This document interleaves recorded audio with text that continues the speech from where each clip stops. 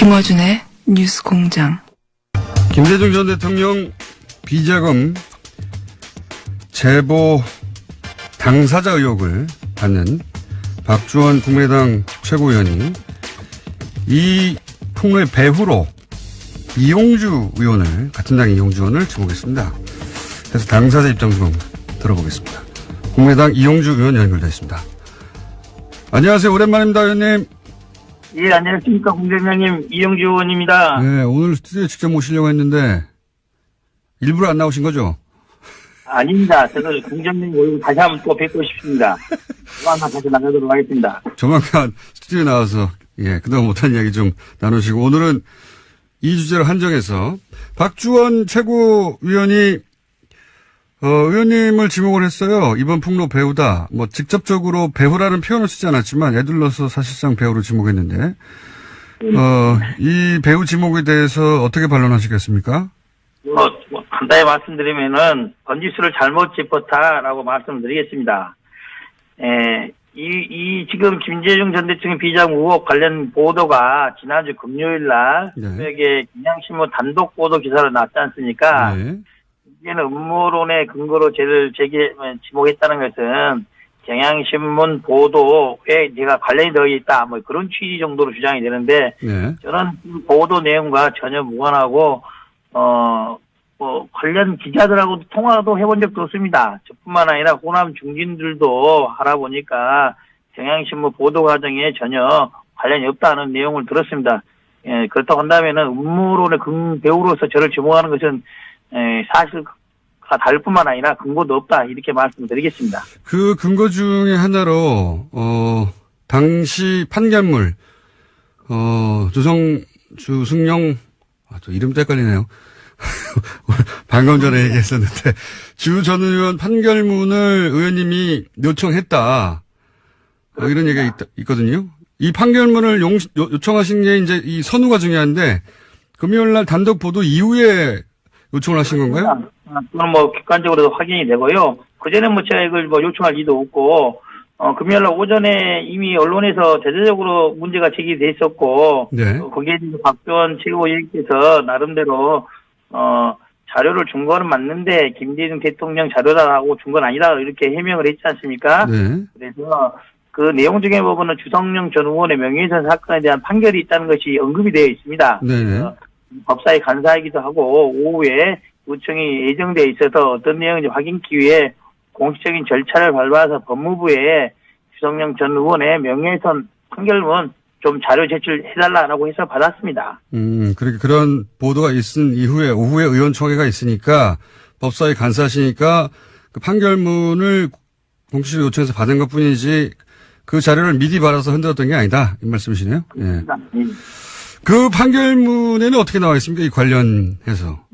그 판결문 보면은 뭐 요지가 이겁니다. 주성용 전 의원이 검찰 관계자로부터 100억 CD 등을 받았고, 제공한 검찰 관계자가 이 자료는 김대중 전 대통령의 비자금 관련된 자료다라고 해서 주었다는 내용이 판결문에 나타나 있습니다.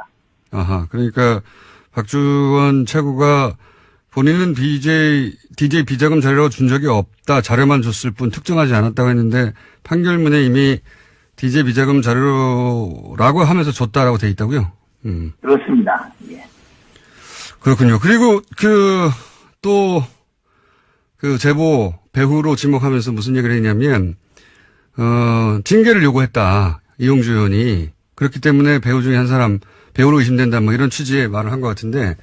예, 그 부분에 대해서도 뭐 전혀 틀린 건 아닌데, 당시 이게 좀 중대한 사태가 돼서 저희들이 긴급 우총도 하고 연석회의를 했지 않습니까? 예. 그래서 박주원 최고위원에 대한 비상징계 절차를 하자고 주장했던 것은 제가 제일 먼저 주장했던 건 아니고 다른 당 중진 의원께서 시급성이 있고 긴급한 문제이기 때문에 비상징계 절차를 받자라고 제안을 하셨고, 다른 여러 의원들도 동의를 하셨습니다. 물론 저도 동의를 했고요. 그리고 그러한 내용에 대해서 안철수 대표도 동의를 해서 비상징계 절차를 진행하기로 한 겁니다. 제가 앞서서 박주원 최고위원에 대해서 징계를 하자고 주장했다는 것은 사실과 다릅니다. 그렇군요. 의원들 내부에 뭐랄까요. 군번도 아니시죠, 아직. 뭐 그걸 제기할 수 있는 뭐 군보이라고 하기는 초선 의원이 나서서 그런 말 하기는 좀 그렇지 않겠습니까? 네, 보통은 그렇습니다. 예, 어쨌든 징계를 요구한 건 맞는데 그런 분위기가 이미 있었고 다른 분들의 요구가 있었고 나도 동의한 건 맞다 이 정도네요. 예, 그렇습니다. 그런데 또 이용주 의원으로 특정되진 않더라도 이것이 이제 소위 이제 반통합파 호남 중진들이 뒷배경 뒷배후다 그런 음모론으로 해석하는 분도 있는데 그거 어떻게 보십니까? 이에 대해서 전혀 사실이 다르다. 왜 그러냐면은 아시다시피 경향신문이 진보 매체의 성격을 갖고 있고 국민의당과의 평상시 관계를 비추어 본다면은 저희 당의 의원들이 경향신문과 연계를 해서 이러한 것을 음모를 뭐 확산시키고 했다. 전혀 그럴 만한 저희 당에는 그럴 만한 능력이 없습니다. 그렇기 때문에 그런 음모론 맞지 않고 또 시기적으로도 지난주 화요일 수요일 날 저희들이 예산안을 통과시켜서 법정 기일보다 약간 늦었지만은 호남이나 전국적으로 지지를 좀 잘했다는 칭찬을 갖고 있는 그런 와중에 이런 일을 벌여서 찬물을 끼얹을 필요가 있겠습니까? 시기적으로도 그런 해석은 마땅치 않다고 생각을 합니다. 이렇게 생각할 수 있지 않습니까? 통합파의 동력을 상실시키려고, 그러니까 힘을 빼려고, 예. 왜냐면 박주원 최고가, 통합파 지도부 일원이기 때문에, 뭐 그런 추정을 하는 건 자연스러운 것 같은데요. 지금 최고위원으로서 지도부에 있는 건 맞지만은, 통합을 주도하고 있는 게 박주원 최고위원이라고 보지는 않고, 실질적으로 통합에 대해서 뜻을 굳게 갖고 있는 것은 안철수 대표라고 봐야겠죠. 예. 네, 안철수 대표가 굳은 뜻을 갖고 있고 박주원 최고도 통합파가 맞기 때문에 지도부를 흔들기에는 좋은 소지 아닙니까? 그래서 이제 음모론이 나오는 것 같은데. 모르겠습니다. 이제 금요일 날 언론 보도 과정에는 관여되지 않은 것은 분명하고 그 이후의 대처에 있어서는 그런 생각을 할 수도 있을 것입니다. 이런 박주원 최고의 적절치 못한 이런 전력 등에 대해서 통합에 반대하는 사람들이 그런 것을 주제로 해서 뭐 공격을 하거나 하는 것은 가능하겠죠. 하지만은 그럴 목적으로 지난주 금요일 날 경향신문에 이런 의혹을 제기했다는 것은 어불성설입니다. 그러니까 애초 보도와 무관하고 애초 시작한 건 아닌데 이런 기회를 봐서 통합파를 흔들려고 하는 뭐 정치적 의도는 있을 수 있다. 하지만 선호가 다르다. 이런 말씀이시네요. 또. 그렇습니다. 이건 어떻게 보십니까? 이런 일이 벌어질 줄 알았다라고 이제 주장하는 분들도 있습니다. 안철수 대표 주변에 특히 통합파들이 뭐 주변에 누가 친이계다라고 표현하진 않지만 친이계 출신이 많아서 이게 바른정당과 통합에 적극적이다. 이렇게 해석하는 시각에 대해서는 어떻게 보십니까? 어떻게 보면은 박주원 최고위원조차도 얼마 전까지 최고위원 되기 전까지는 안철수 대표 계열로 분리되지 않았던 분이죠. 네. 이번에 최고위원이 된 이후에 안철수 대표의 통합론에 대해서 찬성을 하고 있는 그렇게 보는 게 적절할 것이고 시한파에 친이계 출신이 있다는 것은 맞겠지만은 많다고 이렇게 보기는 좀 어렵지 않나라는 생각을 합니다. 있다 정도까지만 뭐 많다도 사람마다 다른 거니까요. 두 사람만 있어도 국민의당에 왜 친이계가 있어 많다고 생각하실 수도 있고 여간 있다 정도. 예, 그렇습니다. 예. 자, 여기까지 얘기했으니까 한 가지 주제를 또 연결된 김에 묻지 않을 수가 없는데 홍준표 대표 녹취록 얘기도 박주원 최고위원이 꺼냈기 때문에 이제 이용주 의원이 폭로의 배우다 얘기하면서 성완종 리스트 관련해서 홍준표 대표의 녹취록도 갖고 있다고 하지 않았냐. 역시 그런 것에 능하다 이런 의미로 이걸 거론한 것 같은데 박주원 최고가. 맞습니다. 그 말도 성완종 리스트 관련해서도 이제 언급을 굳이 하자면 있는 거죠. 그것을 제가 말한 게 아니라 서청원 의원이 먼저 이야기를 하지 않았겠습니까? 당사자고 서청원 의원이고 홍준표 의원인 것이죠. 저는 당시 법사에서도 국감에 진행 중이어서 당시 홍준표 현재 대표죠. 대표의 뇌물 사건에서 뭐 1심 유죄, 2심 무죄가 나서 대법원에 가 있는 그런 상태이기 때문에 서청원 대표의 그런 주장이라든지 그런 것에 대해서 공소유지 차원에서 잘 한번 살펴봐라. 그런 문제를 제기했던 거죠. 이 문제하고는 전혀 관계가 없는 겁니다. 이 문제하고는 관련이 없는데 이제 아마 그렇게 그런 자료들을 많이 갖고 있는 사람으로 배후에서 역시 이런 자료도 폭로한 거 아니겠느냐 이런 취지로 얘기한 것 같은데 그 박지원 최고의 주장이 중요한 게 아니고 제가 이제 궁금한 것은 당시에 왜 이제 녹취록 관련 말씀을 하셨는데 그 홍준표 녹취록 문제가 서창원 의원회에서 불거졌을 때 말은 제가 국감에서 녹취록이라고 언급한 사실은 없습니다. 정확하게는 뭐라고 말씀하셨죠 그때? 정확한 워딩은 이렇게 됩니다. 당시에 어떤 이야기가 오고 갔는지를 알 수 있는 객관적인 자료를 당내 인사가 갖고 있다. 이렇게 이야기를 했습니다. 객관적인 증거. 근데 이제 그 내용. 녹취록이라고 언급한 사실은 없습니다. 녹이라고, 요건 기자들이 이제 녹취록이라고 받아 적은 겁니까? 말한 보도를 한 겁니까? 뭐 그렇다고 봐야겠죠. 그러면 직접 듣거나. 의원이 언급을 했으니까요. 예. 그 내용을 직접 듣거나 정리된 자료를 직접 읽으신 적은 없고요? 또는 뭐 당내에서 당내 인사가 그런 자료를 갖고 있다는 이 정도로 언급을 해두겠습니다. 어쨌든 듣거나 읽거나 하신 적이 있긴 있는 거군요, 그러면. 뭐 제가 추가적으로 나중에 그게 언급할 때가 또 오지 않겠습니까? 홍준표 대표께서 기억의 착오라는 언어들을 만들어서 하신 거 보면은 조만간 언젠가는 밝혀지겠죠. 네. 그러면 저는 듣거나 읽은 것으로 간주하겠습니다. 그리고 혹시 요거 관련해서 언제쯤 듣거나 혹은 읽거나 들은 이야기를 하실지는 모르시고요. 뭐 재판이 진행 중 아니겠습니까? 재판이 진행 중이고 현재 홍준표 대표와 서청원 의원 간에 회전이 아직 끝나지 않았지 않습니까? 두 분이 조금 있으면은 결판이 나지 않겠습니까? 시점의 문제다? 예. 알겠습니다. 시점이 되면 본인이 할 역할이 있을 수도 있다라고 지금 말씀하시는 거죠? 뭐, 그렇다고 봅니다. 아, 그러시군요. 마지막 한 가지만 여쭤보겠습니다. 합의 이혼설도 거론되고, 결별은 기정사실 아니냐 이런 얘기도 있고, 이 바른정당과의 통합 관련해서 호남 민심은 어떻습니까? 지역을 다니면서 본인이 피부로 파악하시기로는? 근데 바른정당과의 통합 문제에 대해서는 호남에서 찬반이 나뉘고 있는 것은 사실입니다. 네. 특히 바른정당과의 정책연대 그리고 선거연대로서 충분하다는 그런 의견이 당대당 통합까지 이뤄야 한다는 그런 의견보다는 더 많은 것으로 저는 보고 있습니다. 통합까지는 아니다. 예, 그렇죠. 바른정당이 뭐 잘못된 정당이라는 그런 취지라기보다는 바른정당은 바른정당의 정체성을 갖고 독자적으로 정당을 운영해서 다당대의 한 축을 이루는 게 더 타당한 게 아니냐.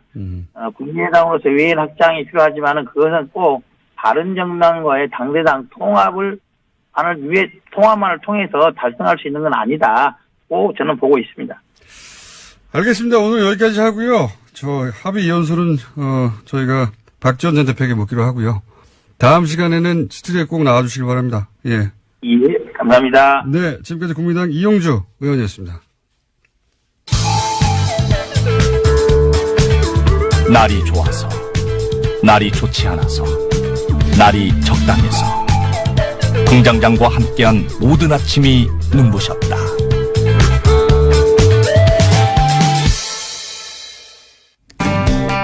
작년 11월 베트남 호치민 총영사관 인사에 최순실 씨가 개입했다는 현직 영사의 폭로. 최순실 게이트가 확실히 존재했다는 걸 입증하는 현직 공무원 최초의 증언이었는데요. 향후 불이익을 당하면 다시 인터뷰하자고 했었습니다. 그런데 그 불이익을 당하고 있는 정황이 있어서 오늘 김재천 영사 직접 연결해 보겠습니다. 안녕하세요. 오랜만입니다, 영사님.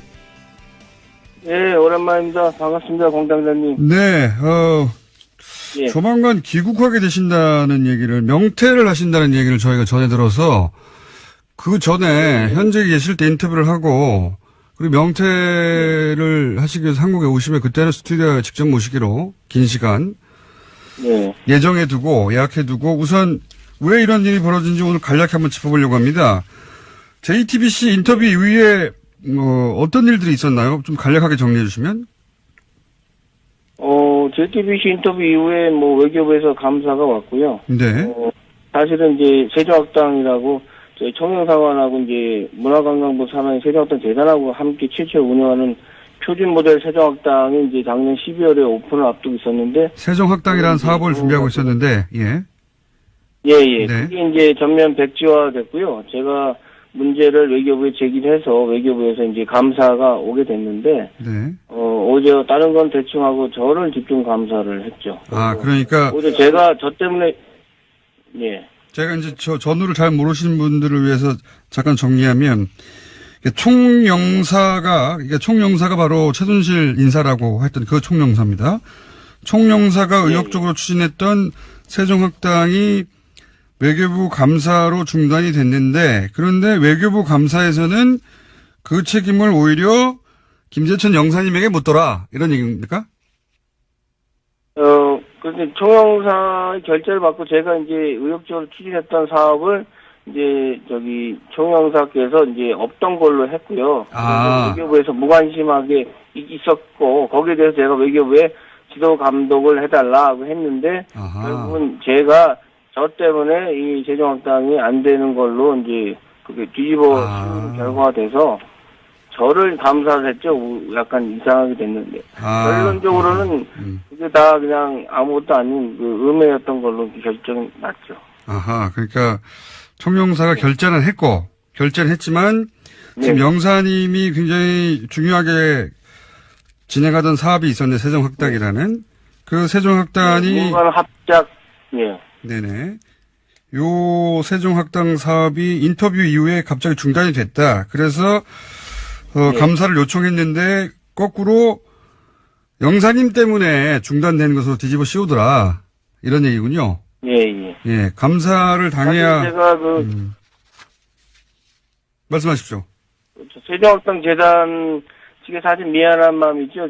저를 믿고, 청원사관을 믿고, 1년 동안 준비했는데, 그것이 이제 안 되게 됐기 때문에, 너무 예산적 낭비도 심하고, 상당히 1년 동안 필요하게 된 게 상당히 개인적으로 굉장히 가슴 아프게 생각합니다. 총영사에 대한 관리 감독을 요청해서 지난 12월에 외교부 감사가 들어왔는데, 총영사를 감사를 한 게 아니라 영사님을 감사했다. 예, 그런 얘기군요. 네. 그리고 또 뭐 여러 가지 자잘한 일들이 많았던 걸로 제가 들었는데, 그 중에서, 발령, 전보가 있더라고요. 지금 거의 그 주요 경력 대부분을 지금 베트남에서 계셨는데 17년간 25년 중에, 외교부 25년 중에 베트남 17년 근무면 베트남 그야말로 전문가신데, 발령 전보를 내렸다고요? 어떻게 내렸습니까? 저 같은 경우는 이제 그 관련 규정이 있어서요. 장관이 불가피하다고 인정하는 경우에만 이제 전보할 수 있게 돼 있거든요. 네. 제가 베트남 전문가이기 때문에 제가 이제 그 전담직이라고 하는 베트남 붙박이라고 하는 그런 직을 선택을 했는데, 승진 포기하고. 근데 그것에 무관하게 이제 뭐 오래 근무했다라는 대충 그런 이유로 해서 서울로 한국으로 발령나게 됐습니다. 서울로요, 갑자기. 17년간 베트남 전문가인데 갑자기 서울로 와라. 그리고 이런 건 어떻습니까? 이럴 경우에 이제 그 흔히 지난 정권에 쓰던 방식이 개인 사찰을 하거나 또는 뭐 말도 안 되는 모함을 하거나 이런 일들은 박근혜 정부 내내 사실 말 듣지 않는 그 공무원들에게 있었거든요. 그렇게 밝혀진 경우도 있었는데 본인의 인터뷰 이후에 작년 12월 외교부 감사가 있고 그러면서 이런 식의 움직임은 없었습니까? 제가 이제 교민들한테 가장 중요한 민원 서비스, 여권 공정 등 체계에 필요한 업무를 7년 반을 민원실을 운영했는데요. 그 민원실에 있는 행정 직원, 제 부하 직원을 압박을 해서 저에 대해서 뭔가를 캐려고 했고, 그 다음에 민원실 전화를 뭐 20일 동안 안 받았다고 외교부 감사관실에 누군가 이야기해서 말도 안 되는 해프닝이 있었는데, 사실 민원실 전화는 한 대밖에 없고, 우리 행정 직원이 받기 때문에 제가 전화를 직접 못 받거든요. 그래서 이런 식으로, 그다음에 교민들 몇 명이 이제 누군가 사주를 받아서 저에서 1년간 집중적으로 이제 음해성 민원을 외교부에 넣었던 얘기를 들었습니다. 너무나 황당하기 때문에 외교부에서도 크게 저한테 문의조차도 하지 않았고요. 그다음에 제가 지난 10월 달에 운전면허 갱신 때문에 한국에 휴가를 잠깐 다녀왔는데, 이것도 조영사 본인이 결제를 안 했다고 하면서 외교부에 저를 고발해서 제가 본의 아니게 처음으로 외교부에 들어와서 사유서를 쓰게 됐고요. 참 사실 유치합니다. 저는 총무과에 결제를 올렸던 절차를 밟았었거든요. 외교부에서 보고를 했고요. 네. 혹시 외교부에 근무하는 25년 동안 이런 사유서나 이런 문제가 된 적이 있습니까? 저는 한 번도 징계를 받은 적이 없고요. 오히려 모범 공무원상이나 이런 여러 상을 받았고요. 그렇기 때문에 제가 명퇴를 할 수 있었던 거는 제가 징계를 받았다면 명퇴를 신청할 수 없는 조건인데 사실은 좀 말도 안 되는 황당한 거. 그다음에 일부 언론에 보도됐지만 주례 회의도 JTBC 이후에 월요일마다 하는 회의를 취소를 했고요. 주례 회의. 그다음에 7개월 만에 살짝 티타임 형식으로 이제 부활했는데 제가 물었죠. 그 회의를 부활한 거냐 아니냐 했더니 그냥 바쁘지 않은 사람만 오라고 하더라고요. 제가 민원실 업무를 하기 때문에 자리를 잘 못 비우거든요. 그런데 그것조차도 아마 외교부에 제가 회의도 참석 안 하고 그런 게을리한다 이런 식으로 보고했을 것으로 추측을 합니다. 사실 1년 동안 총영사 얼굴을 한 번 못 봤고요. 다른 용사들 얼굴 10명 됐는데 얼굴도 제대로 못 보고 나름 투명 인간으로서 총영사관에서 좀 고립됐습니다. 몸은 제가 편했는데 원래 제 모습이 아니기 때문에 뭔가 좀 일을 만들어내고 아이디어를 짜고 해서 이런 일들을 창의적으로 하는 스타일인데 마음이 편해야 하는데 그게 아니다 싶은 생각을 사실 1년 동안 했습니다. 총영사 얼굴을 못 본 지가 1년이 됐어요? 예. 회의에 참석하지를 못하니까. 회의가 아니라 이제 회의 자체를 이제 회의를 없애고 티타임 형식으로 만들었는데 거기도 오지 말라고 하니까. 7개월 후에 만들었는데 이제 그것도 이제 비공식이니까 자기들끼리 모여서 이제 회의를 한 거죠. 이제 저는 이제 아예 총영사관에 없는 존재로 이제 된 거죠. 대외 활동 자체가 제가 이제 못하고 업무가 축소돼서 민원실 사무실만 지키는 업무를 했죠. 휴가를 갔다 오겠다고 총무과에 결제를 올렸는데 그 결제를 총영사 본인이 안 했다고 나중에 주장하면서 고발해가지고 사유서도 썼다. 예. 그리고. 예, 외교부에는 제가 총무과에서 보고를 안 해서 제가 보고를 했거든요. 제가 운전면허증이 금년 말에 갱신 안 하면 없어지니까 당연히 해야 되는. 교민 몇 명이 집중적으로 음해하는 민원 내용이 예를 들면 어떤 겁니까? 다시 한번 말씀해 주시겠습니까? 그러니까 지난 1년간 교민 몇 명이 계속 돌아가면서 음해성 민원을 넣었다고 했는데 그 내용은 어떤 겁니까? 간단하게 예를 들면? 사실은 제가 그 내용은 직접 외교부에서 들은 게 아니고 네. 중간에 어떤 분이 외교부에 지금 간부를 아시는 분이 있어서 저에 대해서 투서를 많이 들어와 있다 집중적으로. 근데 그 내용이 왜냐하면 제가 저를 아는 분들은 저에 대해서 이렇게 비판적인 얘기를 많이 안 하시거든요. 그러니까 전혀 관계가 없는 분들이 어떤 식으로 내용을 했는지는 왜냐하면 너무 그 내용 자체를 저도 알 수가 없고요. 직접 받으신 게 아니고 아마 알고 있을 것 같은데 외교부로 직접 보냈으니까 많은 일을 겪으셨네요. 예, 그 전화를 안 받았다고 하는데 원래 전화 한 통밖에 없고 행정직원이 받는 거기 때문에 본인이 원래 전화를 직접 받지 않는데 그걸 안 받았다고 또 고발하고. 예. 그래서 결국은 그런 것들이 쌓여서 명퇴를 결심하게 된 겁니까? 사실은 제가 이제 외교부에 25년, 베트남에 17년, 호치민만 2번에서 14년 근무했거든요. 근데 제가 지금 제 공간 업무라는 게 사실은 공관장, 총영사와 대사를 잘 만나야 되는데 95년에 제가 호치민에 처음 나와서 조금 못된 총영사 만나서 고생을 많이 했습니다. 예를 들어서 최순실과 같은 그 사건 일을 많이 시키고 입에 담지 못할 부끄러운 일도 사실은 시키고 했는데요. 사실 그때 제가 너무 자신이 싫었고 그래서 그때부터 제가 저항을 결심한 겁니다. 그러니까 승진도 안 되고 또 윗사람 말 안 들으니 힘든 시간이 많았죠. 그런데 이제 외교부에서 저희 정체성을 찾게 한 것이 사실은 노무현 대통령께서 이제 만드신 각 부처 혁신 토론방이었는데 그때 제가 노무현 정부 들어서 혁신안을 자체적으로 많이 냈죠, 실명으로. 근데 이런 것들이 반영된 것도 있고, 근데 그것 때문에 찍혔고요. 이제 외교부 직원들, 하위 직원한테는 제가 많은 지지를 받았지만, 간부들에게는 문제 인물로 찍혀서 좀 고생을 했습니다. 참, 개인적으로 힘든 시기였죠.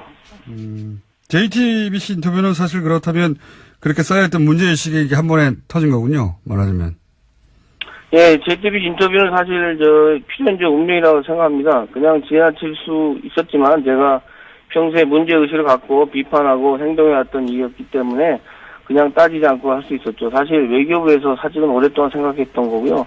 좀 더 다니면서 제가 가장으로서 책임을 가지고 공무원 생활을 했으면 좋겠지만 평범하지 않은 공무원 생활을 한 저이기 때문에 지난 시간들이 참 힘든 시기였고요. 좀 사실은 좀 쉬고 싶은 생각도 들었습니다. 제가 언제까지 외교부에서 홀로 투쟁만 하고 살 수는 없기 때문에 인생을 크게 멀리 볼 때 외교부에서 제가 오래 남는 것도 도움이 안 된다고 생각하게 됐고요. 제 아내도 동의하고 적극적으로 지지해주고 있습니다. 알겠습니다. 어떤 일을 겪으시는지는 저희가 대충 알겠고요. 고생 많이 하셨고요. 네. 그러니까 뭐 외교부도 장관이 바뀌고 일부 간부들이 바뀌어가는 중이긴 하지만 아직 그 오래 쌓인 어떤 구조가 문제가 크군요. 예, 그 이야기는 저희가 귀국을 2월 달쯤에 하신다고 하니까 그리고 명퇴 계획도 있다고 하시니까 그 위에 스튜디오에 직접 모셔서 좀 자세히 들어보겠습니다. 지금 겪고 있는 일에 대해서는 저희가 충분히 이야기를 들었습니다. 오늘 말씀 감사합니다. 공장장님 제가 네. 잠깐만 한마디 해도 될까요? 한마디요? 예, 짧게. 여보세요? 예, 말씀하십시오. 예, 모든 것이 하루아침에 바뀌는 건 없다고 생각합니다. 정권이 바뀐다고 해서 모든 것이 바뀌는 것도 아니고 특히 공무원 사회는 외부 지속적인 자극이 있어야 변화하는 조직입니다. 자체 변화를 현실적으로 무리가 있고 그래서 국민들이 공무원 사회를 잘 감시하고 동시에 격려를 아끼지 않으면 그런 관심이 필요하지 않나 이렇게 생각합니다. 감시와 격려를 동시에 필요로 한다. 알겠습니다. 오늘 말씀 감사합니다.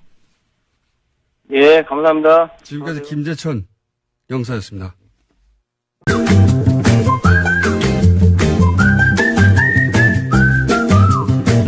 자, 칼플라니 사회경제 연구소.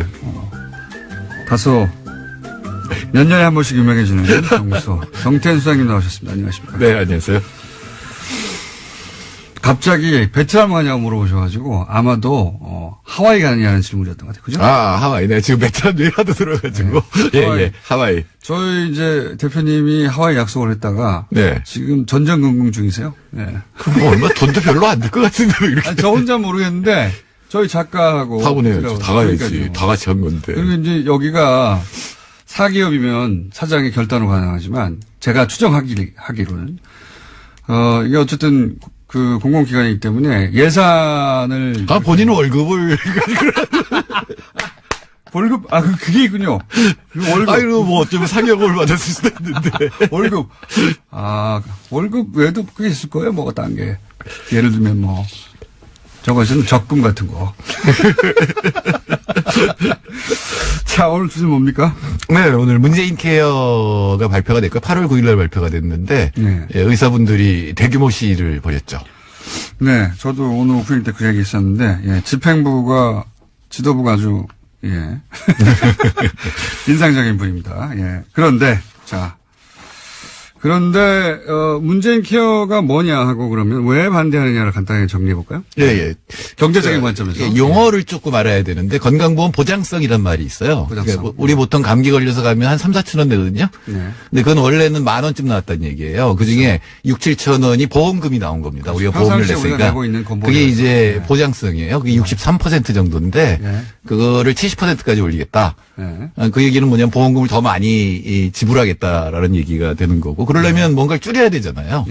그게 뭐냐면 비급여라는 겁니다. 비급여는 어떤 행위에 대해서는 보험금이 지금 안 되는 거예요. 네. 그중에 가장 큰 게 뭐냐면 고가의 의료기기를 쓰는 것들. 그렇죠. 가령 이제 아마 어르신분이 환자인 그 사람들은 알 텐데 보통은 한 1-2만 원이면 되는데 그러니까 돈 내는 게 본인 부담금이 어느 날 100만 원이 넘는 경우가 있어요. 어르신들 관련 질병들 네. 같은 경우는 검사만 했는데 100만이 넘은 경우가 네, 그게 검사가 바로 그렇게 고가의 장비를 쓰기 때문에 새로운 증세에 대해서 여러 장비를 썼으면 그게 100만 원이 넘어가거든요. 저도 주사를 맞았는데 몇백만이 나오기도 하고요. 예, 그거는 약제 중에 그런 것들이 있습니다. 비급여 되는 것들이 있습니다. 예. 진짜 그 소위 가정 경제를 뒤흔드는 건 그런 거예요. 그렇죠. 감기가 아니라. 네, 그러니까 비급여 부분을 급여로 바꾸겠다. 네. 즉 보험을 한다는 얘기는 무슨 얘기냐면 이제는 그 비급여 부분도 심사평가원에서 제대로 한 건지 많이 요구한 건지를 평가해서 보험금을 내주겠다는 얘기거든요. 저는 이제 저희 그 부모님이 중환자셔가지고 사실은 문재인 케어 지금 바뀌고 있는 비급여 부분을 급여로 바꾸고 있는 부분. 네네. 혜택을 크게 받고 있습니다. 엄청난 혜택입니다. 사실은 가족들한테. 그렇죠. 중환자가 있는 경우는 보통 우리나라는 적지만 미국은 대부분 파산해요. 맞습니다. 네. 우리나라는 건강보험을 막아주고 있는데 중환자가 있거나 만성병을 앓고 있는 경우에 그 약이 만약에 급여에 들어가지 못하면 엄청납니다. 예, 그러면 매일 먹어야 되는 약. 보통 우리가 감기약 뭐 몇천 원, 만 원, 비싸봐 2만 원 이랬잖아요. 이런 거는 몇백만 원도 아니에요. 그렇죠. 그냥. 네, 그래서 그런 부분들을 급여로 바꿔서 보험금을 지급해서 이제 좀 안심하고 살 수 있도록 해주겠다라는 얘기죠. 몇백만 원을, 그럼 몇 달에 몇백만 원보다 생각하시는 분들이 있는데 그게 아니라 주사 한 방에 몇백만 원. 네. 그리고 이게 이제 이런 부분들이 고가 장비를 너무 많이 갖게 하는 그런 경향도 있거든요. 근데 이제 의사분들의 항의도 일리가 있어요. 이거는 뭘 생각하면 되냐면 왜 홍준표 대표가 진주의료원 폐쇄했잖아요. 적자라고 폐쇄한 거잖아요. 근데 만약에 그런 비급여 부분을 늘리지 않으면 정상적으로 병원을 운영하면 적자가 날 수가 있어요. 그러니까 사적인 병원들은 이런 비급여 부분을 늘려서 적자를 메꾸는 거거든요. 근데 이제 비급여를 없애면 이제 병원이 적자가 된다. 그렇죠. 이런 얘기죠. 병원 입장에서는 이제 이 수가, 의료 수가, 결국은 이제 건보에서 얼마나 주느냐. 네네. 예, 달려 있는데, 이걸 갑자기 그 병원 입장에서는 줄어들면 그 수익이 줄어드는 거죠. 예. 결국 수가 문제예요. 예, 그러니까 보통 이제 공공의료원에서는 그런 고가 장비가 없을 뿐더러 일부러 많이 그걸 갖다가 검사라 그러진 않을 거 아니에요. 예, 그러니까 이제 적자가 나는 거고, 그다음에 여태까지 메꿔 왔는데 그 부분이 없어질 것 같으니까 이제 항의를 하니까 일리가 있는 거죠. 일리가 있는 부분이 있습니다. 예. 그래서 그 부분을 사실 적정 수가로 바꾸는 수가 제도를 바꿔서 적정 수가로 바꾸는 얘기를 해야 되는 거고. 문재인 대통령도 어제 그 얘기를 했죠. 네. 수가를 조정해야 한다는 얘기가 오래 전부터 있었고요. 예. 네네. 그러니까 이게 이제 병원 입장에서는 보장해주는 급여 부분에 손해낸 거를 비급여 쪽에서 우리가 보전했었는데 이것도 줄여버리면 우리가 어떻게 하란 말이냐 이런 얘기거든요. 네네. 간단하게 말해서 수가 문제입니다. 수익 또는 뭐 의사 개개인을 보자면 생존권의 문제 뭐 이런 걸로 바라봐서 사실은 정부하고 협상을 하고 조절해야 되는 부분이 맞긴 맞아요. 예. 예를 들어서 현장 집회에서의 집행부가 이상한 이력이 있다든가, 요것도 별개의 문제래요. 예, 근데 단순히 이제 수가를 이제 올리긴 올려야 되는데, 그거로 해결될 문제만은 아닌 것이, 요즘은 마을 의원에 가지를 않잖아요. 그러니까 바로 거기서 이제 증명서 같은 거 받아가지고 바로 이제 대형 병원으로 가잖아요. 그건 사실은 마을에 있는 의원들의 기능이 없어졌다는 얘기거든요. 그러니까 대형 병원 입장에서는 굉장히 환자가 많아질 수밖에 없고, 그게 이제 불친절하고 짧은 의료 행위를 하게 되니까, 사실 마을 의원을 살리는 거 굉장히 중요하거든요. 그래서 마을 의원을 살리는 방법이 여러 가지가 있을 텐데, 이제 그 의사들의 주장 중에 하나가 이렇게 다 보험으로 처리해주면 전부 다 대학병원으로 온다 이거죠. 네, 그럴 수도 있죠. 예. 네, 그럴 가능성도 있고, 왜냐하면 너무 비싸서 못 가던 건데 싸지니까 이제 마을 의원 안 간다는 건데 뭐 그것 때문은 아닐 것 같고요. 그거가 이제 의료 전달 체계라고 전문 용어로 표현합니다. 별거 다 하시네. 잡지식은 깊이가 없어서 그렇죠. 알쓸신잡보다 많이 하시는 것 같은데. 내가 알쓸신잡을 자주 보진 않지만 한 번씩 보면 저 정도는 나도 할 수 있는데. 그렇죠. 네. 저도 할 수 너 부족한데 저거는. 그래서 방법 중에 하나가 이런 거죠. 영국의 경우에는 영국에 가면 외국인도 이 의원을 하나 지정하게 돼 있어요. 거기서 프랙티셔너라고 하는데 그리고 그게 주치의가 됩니다. 근데 이 주치의는 자기 의원에 등록한 환자 수에 따라서 수가를 받아요. 이걸 두당 수가제라고 합니다. 우리나라도 이제 그런 제도를 쓸 수가 있는데 시험적으로 의료생협 같은 게 있잖아요.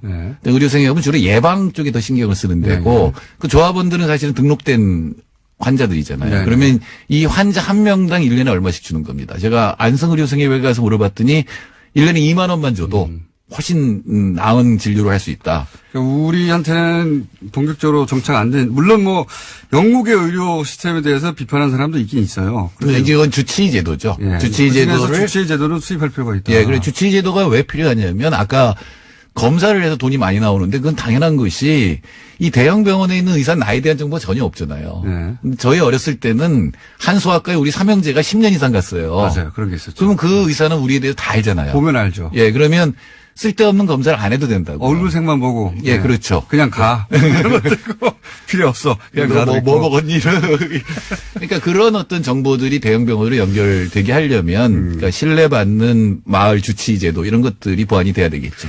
저는 의사들이 습관 문제를 가지고 이제 이렇게 집단 행동을 하는 것에 대해서 의사들이 어차피 그 돈도 많이 버는 최상위 수익 계층인데 이런 거 하면 되느냐? 저는 그건 아니라고 보고요. 그 권리는 있는데 근데 이 문제는 수가만의 문제가 아니다. 그렇죠. 여러 가지 사실은 의료제도라는 게 굉장히 어려운 것이 정부 정책도 이게 이렇게 해야 되는 거거든요. 네, 네. 맞습니다. 그러니까 여러 가지를 다 고쳐야 돼요. 그러니까 의료제도는 그 에로우라고 하는 유명한 경제학자가 시장 실패가 다 겹쳐 있다. 왜냐면은 정부의 비대칭성. 네. 의사는 알지만 환자는 몰라요. 맞아요. 의사가 하라는 걸 환자가 거부할 수가 없어요. 소비자 선택이 없어요. 저 검사는 지금 단계에서는 불필요한 검사 아닙니까? 이거 못해요. 수가 때문에 비급여와 관련되어 있는 거 아니에요? 이렇게 말할 환자가 누가 있어요? 지금 청와대 비서관으로 가 있는 이진석 서울대 병원 의사가 네. 부인이 임신을 해서 병원을 갔대요. 네. 자기가 옆에서 보기에는 이거 쓸데없는 진료 같은데 말을 못 하겠더래요. 못하죠. 함부로 의사한테. 의사한테 밑보일까봐. 예. 의사조차도. 예, 그런 정보의 비대칭성 네. 이런 것 때문에 이제 심평원이라는 걸 둬서 제3자가 이제 그걸 평가하게 하는 거잖아요. 어떤 그게 이제 의료제도에서 가장 중요한 문제 또. 근데 그런 문제가 발생했을 때 그걸 판단하는 사람들도 의사라. 네, 그렇죠. 동료 예, 평가. 그게 맞는지 틀린지도 판단할 수가 없어요. 우리는 또. 예. 근데 이제 심사평가원은 예산을 줄이는 게 이제 목표이기 때문에 네. 상당히 정확하게 가는데 물론 둘 사이에 불만은 있을 거고 그 사이에 어느 정도 이제 합의를 할 수가 있는데 포괄 수가제라는 게 있어요. 지금은 행위별 수가제거든요. 치료 하나마다 이제 돈이 나가는 건데 가령 감기 그러면 감기에 대해서 어느 정도의 범위를 두고 그 안에서 진료하라라고 하는 거거든요. 그런 어떤 수가제도를 아까 저는 두당 수가제도 얘기를 했는데 그런 걸 결합하고 주치의제도 같은 것들 이런 것들을 하고 또 국공립병원을 늘려야 돼요. 그것도 안 되는 예, 국공립병원 너무 적어서 군 단위에서는 지금 사실은 아예 출산을 할 수가 없는 정도, 맹장 수술을 할 수가 없는 정도.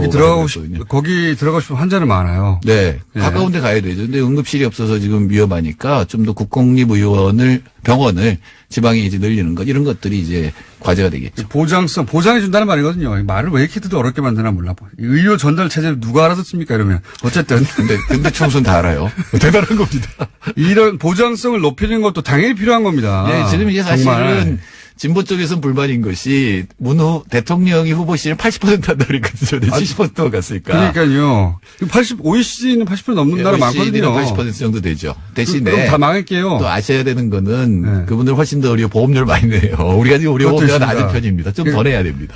의료 보험료 조정해야 되고 수가도 조정해야 되고 보장성도 높여야 되고 그다음 말씀하신 새로운 주치 제도나 새로운 제도 들여와야 되고 사실은 종합적으로 할 게 되게 많아요. 네. 이제는 의사분들하고 공무원도 있고 그다음에 시민들이 있잖아요. 환자들. 이분들이 모여서 가장 적합한 방법이 뭘까를 좀 토론하고 합의점을 찾아야 될 때가 된 거죠. 저도 의사협회가 정치적 압박을 하는 것도 중요한데 또 한편으로는 테이블에 앉아서 이걸 본격적으로 의논을 해야 한다. 그런 생각이 듭니다. 그런 타이밍이다.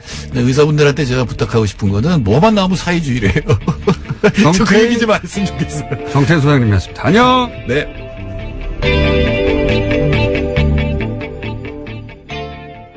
적으로도 그런 해석은 마땅치 않다고 생각을 합니다. 이렇게 생각할 수 있지 않습니까? 통합파의 동력을 상실시키려고, 그러니까 힘을 빼려고, 예. 왜냐면 박주원 최고가, 통합파 지도부 일원이기 때문에, 그런 추정을 하는 건 자연스러운 것 같은데요.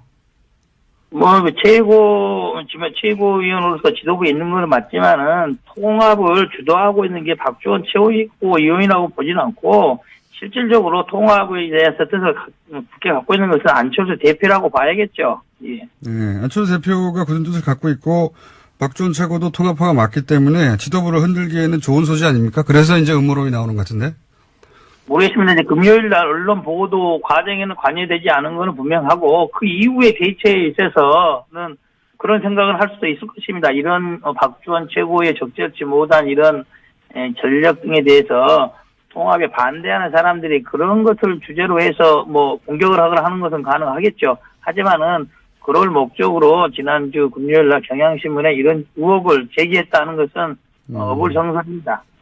그러니까 애초 보도와 무관하고 애초 시작한 건 아닌데 이런 기회를 봐서 통합화를 흔들려고 하는 뭐 정치적 의도는 있을 수 있다. 하지만 선후가 다르다. 이런 말씀이시네요. 또. 그렇습니다.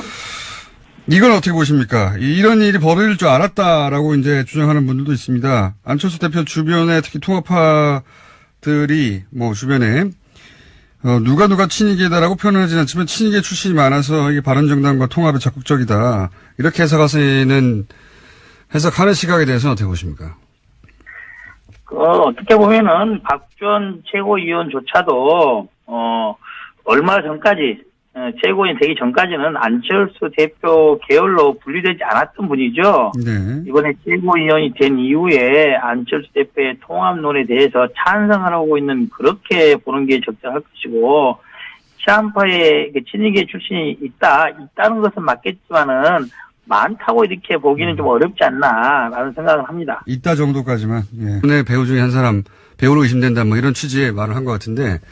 예, 그 부분에 대해서도 뭐 전혀 틀린 건 아닌데, 당시 이게 좀 중대한 사태가 돼서 저희들이 긴급 우총도 하고 연석회의를 했지 않습니까? 예. 그래서 박지원 최고위원에 대한 비상징계 절차를 하자고 주장했던 것은 제가 제일 먼저 주장했던 건 아니고 다른 당 중진 의원께서 시급성이 있고 긴급한 문제이기 때문에 비상징계 절차를 밟자라고 제안을 하셨고 다른 여러 의원들도 동의를 하셨습니다. 물론 저도 동의를 했고요. 그리고 그러한 내용에 대해서 안철수 대표도 동의를 해서 비상징계 절차를 진행하기로 한 겁니다. 제가 앞서서 박지원 최고위원에 대해서 징계를 하자고 주장했다는 것은 사실과 다릅니다. 그렇군요. 의원들 내부에 뭐랄까요? 군번도 아니시죠, 아직? 뭐, 그걸 제기할 수 있는 군번이라고 하시는, 초선 의원이 나서서 그런 말 하기는 좀 그렇지 않겠습니까? 네, 보통은 그렇습니다. 어쨌든, 징계를 요구한 건 맞는데, 그런 분위기가 이미 있었고, 다른 분들의 요구가 있었고, 다도 동의한 건 맞다, 이 정도네요. 예, 그렇습니다. 그런데 이용주 의원으로 특정되진 않더라도, 이것이 소위 반통합파, 호남 중진들이, 뒷배경, 뒷배후다. 그런 음모론으로 해석하는 분도 있는데, 그거 어떻게 보십니까? 이에 대해서는 전혀 사실이 다르다. 왜 그러냐면은, 아시다시피 경향신문이 진보 매체의 성격을 갖고 있고, 국민의당과의 평상시 관계를 미추어 본다면은, 저희 당의 의원들이 경향신문과 연계를 해서, 이러한 것을 음모를 확산시키고 했다. 전혀 저희 당에는 그럴 만한 능력이 없습니다. 그렇기 때문에 그런 음모론 맞지 않고 또 시기적으로도 지난주 화요일 수요일 날 저희들이 예산안을 통과시켜서 법정 기일보다 약간 늦었지만은 호남이나 전국적으로 지지를 좀 잘했다는 칭찬을 갖고 있는 그런 와중에 이런 일을 벌여서 찬물을 끼얹을 필요가 있겠습니까? 많다도 사람마다 다른 거니까요. 두 사람만 있어도 국민의당에 왜 친이가 있어 많다고 생각하실 수도 있고 여간 있다 정도? 예. 예, 그렇습니다. 예. 자, 여기까지 얘기했으니까 한 가지 주제를 또 연결된 김에 묻지 않을 수가 없는데 홍준표 대표 녹취록 얘기도 박지원 최고위원이 꺼냈기 때문에 이제 이용주 의원이 폭로의 배우다 얘기하면서 성완종 리스트 관련해서 홍준표 대표의 녹취록도 갖고 있다고 하지 않았냐. 역시 그런 것에 능하다. 이런 의미로 이걸 거론한 것 같은데 박지원 최고가. 맞습니다. 그 말도 성완종 리스트 관련해서도 이제 언급을 굳이 하자면 있는 거죠. 그것을 제가 말한 게 아니라 서청원 의원이 먼저 이야기를 하지 않았겠습니까? 당사자고 서청원 의원이고 홍준표 의원인 것이죠. 저는 당시 법사에서도 국감에 진행 중이어서 당시 홍준표 현재 대표죠. 대표의 뇌물 사건에서 1심 유죄, 2심 무죄가 나서 대법원에 가 있는 그런 상태이기 때문에 서청원 대표의 그런 주장이라든지 그런 것에 대해서 공소유지 차원에서 잘 한번 살펴봐라. 그런 문제를 제기했던 거죠. 이 문제하고는 전혀 관계가 없는 겁니다. 이 문제하고는 관련이 없는데 이제 아마 그런 자료들을 많이 갖고 있는 사람으로 배후에서 역시 이런 자료도 폭로한 거 아니겠느냐 이런 취지로 얘기한 것 같은데 그 박지원 최고의 주장이 중요한 게 아니고 제가 이제 궁금한 것은 당시에 왜 이제 녹취록 관련 말씀을 하셨는데 그 홍준표 녹취록 문제가 서창원 의원회에서 불거졌을 때 말은 제가 네. 국가민 녹취록이라고 언급한 사실은 없습니다. 정확하게는 뭐라고 말씀하셨죠 그때? 정확한 워딩은 이렇게 됩니다. 당시에 어떤 이야기가 오고 갔는지를 알 수 있는 객관적인 자료를 당내 인사가 갖고 있다. 이렇게 이야기를 했습니다. 객관적인 증거. 근데 이제 그 내용. 녹취록이라고 언급한 사실은 없습니다. 녹취록이라고, 요걸 기자들이 이제 녹취록이라고 받아 적은 겁니까? 말한 보도를 한 겁니까? 뭐 그렇다고 봐야겠죠. 그러면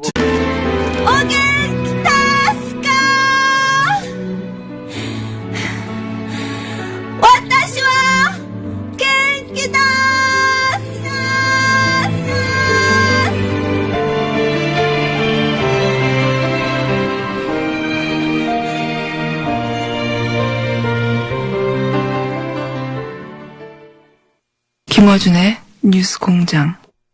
김대중 전 대통령 비자금 제보 당사자 의혹을 받는 박주원 국민의당 최고위원이 이 폭로의 배후로 이용주 의원을, 같은 당 이용주 의원을 지목했습니다.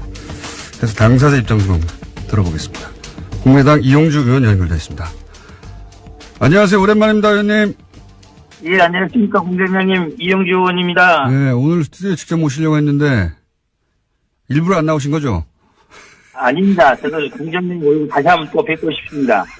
조만간 다시 나가도록 하겠습니다. 조만간 스튜디오에 나와서 그동안 못한 이야기 좀 나누시고, 오늘은 이 주제를 한정해서 박주원 최고위원이 의원님을 지목을 했어요. 이번 폭로 배우다. 뭐 직접적으로 배우라는 표현을 쓰지 않았지만 애둘러서 사실상 배우로 지목했는데 이 배우 지목에 대해서 어떻게 반론하시겠습니까? 간단히 말씀드리면은 번지수를 잘못 짚었다라고 말씀드리겠습니다. 지금 김대중 전 대통령 비자금 의혹 관련 보도가 지난주 금요일 날 새벽에 경향신문 단독 보도 기사로 났지 않습니까? 네. 이제는 음모론의 근거로 저를 지목했다는 것은 경향신문 보도에 제가 관련이 되어 있다, 뭐 그런 취지 정도로 주장이 되는데, 네. 저는 그 보도 내용과 전혀 무관하고, 관련 기자들하고도 통화도 해본 적도 없습니다. 저뿐만 아니라 호남 중진들도 하다 보니까 경향신문 보도 과정에 전혀 관련이 없다는 내용을 들었습니다. 예, 그렇다고 한다면은 음모론의 배우로서 저를 지목하는 것은 사실과 다를 뿐만 아니라 근거도 없다, 이렇게 말씀드리겠습니다. 그 근거 중에 하나로 당시 판결물 주승용 또 이름도 헷갈리네요. 방금 전에 얘기했었는데 주 전 의원 판결문을 의원님이 요청했다, 이런 얘기가 있거든요. 이 판결문을 요청하신 게 이제 이 선우가 중요한데, 금요일 날 단독 보도 이후에 요청을 하신 건가요? 그건 뭐 객관적으로도 확인이 되고요. 그전에 뭐 제가 이걸 뭐 요청할 리도 없고, 금요일 날 오전에 이미 언론에서 대대적으로 문제가 제기돼 있었고, 네. 거기에 박주원 최고위원께서 나름대로 자료를 준 거는 맞는데 김대중 대통령 자료라고 준 건 아니다, 이렇게 해명을 했지 않습니까? 네. 그래서 그 내용 중에 보면은 주성령 전 의원의 명예훼손 사건에 대한 판결이 있다는 것이 언급이 되어 있습니다. 네. 법사위 간사이기도 하고 오후에 요청이 예정되어 있어서 어떤 내용인지 확인하기 위해 공식적인 절차를 밟아서 법무부에 주성령 전 의원의 명예훼손 판결문 좀 자료 제출해달라고 해서 받았습니다. 그렇게 그런 보도가 있은 이후에 오후에 의원총회가 있으니까 법사위 간사시니까 그 판결문을 공식적으로 요청해서 받은 것 뿐이지 그 자료를 미리 받아서 흔들었던 게 아니다, 이 말씀이시네요. 예. 그 판결문에는 어떻게 나와 있습니까? 이 관련해서. 그 판결문 보면은 뭐 요지가 이겁니다. 주성령 전 의원이 검찰 관계자로부터 100억 CD 등을 받았고, 제공한 검찰 관계자가 이 자료는 김대중 전 대통령의 비자금 관련된 자료다라고 해서 주었다는 내용이 판결문에 나타나 있습니다. 아하, 그러니까 박주원 최고가 본인은 DJ 비자금 자료를 준 적이 없다, 자료만 줬을 뿐 특정하지 않았다고 했는데 판결문에 이미 DJ 비자금 자료라고 하면서 줬다라고 돼 있다고요? 그렇습니다. 예. 그렇군요. 그리고 또 그 제보 배후로 지목하면서 무슨 얘기를 했냐면, 징계를 요구했다. 이용주 의원이. 그렇기 때문에